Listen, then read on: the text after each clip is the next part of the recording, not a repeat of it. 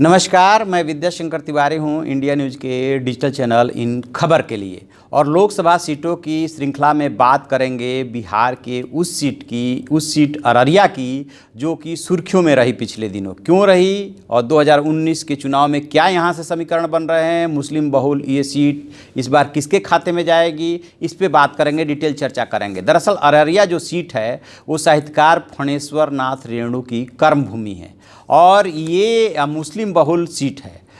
ये इसके यदि सबसे पहले यदि इतिहास की बात करें तो शुरू के दिनों में तो स्वाभाविक है कि ज़्यादातर सीटों पे कांग्रेस का ही कब्जा रहा था, कांग्रेस का ही कब्जा रहा। लेकिन जब से जनता पार्टी और जनता दल का उभार हुआ उसमें जो है अररिया जो है धीरे धीरे जनता दल के हाथों में चलती चली गई। उसके बाद जब आरजेडी बना, फिर आरजेडी आया और फिर जो है बीजेपी जब मजबूत हुई तो बीजेपी ने भी इस पर कब्जा किया। लेकिन इस मुस्लिम बहुल सीट पर इस बार क्या समीकरण बन रहा है इसको देखते हैं।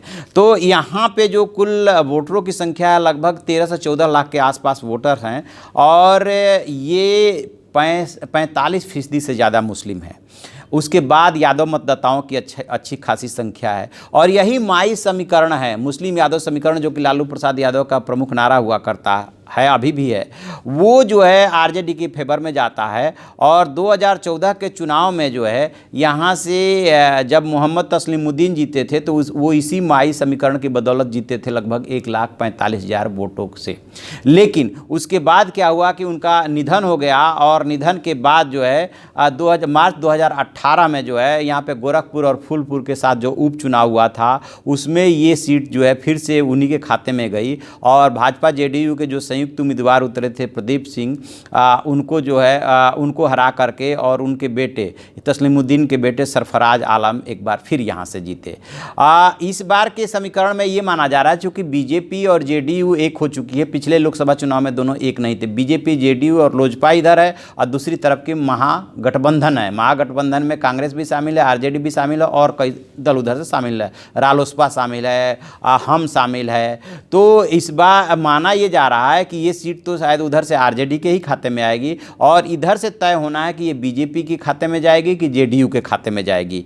और ये यदि यहाँ के विधानसभा चुनावों की विधानसभा क्षेत्रों की बात करें तो यहाँ पे जो 6 विधानसभा क्षेत्र है, नरपतगंज, रानीगंज, फारबिसगंज, अररिया, जोकीहाट और सिकटी, इनमें से 4 पे एनडीए का कब्जा है, 1 सीट कांग्रेस के पास है और 1 आरजेडी के पास। और फिलहाल जो है आरजेडी का लोकसभा क्षेत्र में इस पे कब्जा है। तो ये इसके पहले जो 2014 के पहले जो 2009 वाला चुनाव हुआ था वो उसमें जो है बीजेपी के प्रदीप कुमार सिंह जो है यहाँ से चुनाव जीते थे।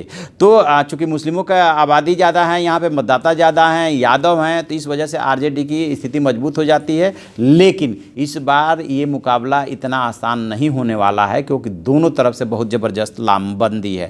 और यदि और इतिहास में थोड़ा सा चलें तो 2009 की तो बात हो गई कि बीजेपी यहाँ से जीती थी। उसके पहले और ज़्यादा उसमें चलें तो 67 में यहाँ से कांग्रेस के तुलमोहन सिंह चुनाव जीते थे, 71 में भी वो विजयी रहे, 77 में जब जनता पार्टी की आंधी आई थी तो भारतीय लोकदल के महेंद्र नारायण सरदार विजयी रहे थे। 1980 और 84 में कांग्रेस के डूमरलाल बैठा यहाँ से जीते थे। इसके बाद के 3 चुनाव यानी 89, 91 और 96 में जनता दल के टिकट पर सुखदेव पहलवान यहाँ से जीत करके दिल्ली गए और 98 में बीजेपी के रामजी दास ऋषिदेव जीते और फिर जो है 99 के चुनाव में जो है सुखदेव पासवान आरजेडी के टिकट पर जीते। लेकिन 2004 के चुनाव में सुखदेव पासवान बीजेपी के खेमे से उतरे और इस सीट पर फिर कब्जा किया। यानी कि 2004 में भी इस सीट पे बीजेपी का कब्जा रहा और 2009 में भी रहा, 14 और 18 में ये सीट बीजेपी के हाथ से निकल गई। और अब देखना है कि 2019 में बीजेपी किसको उतारती है या जेडीयू किसको उतारता है।